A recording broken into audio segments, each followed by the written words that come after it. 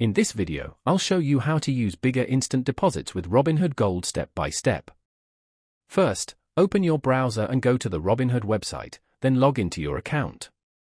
Once you're on the dashboard, click on your profile icon and go to the Settings section. From there, select Robinhood Gold and make sure your Gold subscription is active, since bigger instant deposits are a Gold feature. Next, go to the Transfers or Cash section and click on Deposit. Enter the amount you want to transfer from your bank into your account. With Gold, you'll see a higher instant deposit limit available, which means you can start using that money right away without waiting for it to fully settle. After entering the amount, confirm the transfer. The instant portion will be available immediately for trading, while the rest may take a few days to fully process. You can check your instant deposit limit and usage anytime in the Account or Cash section.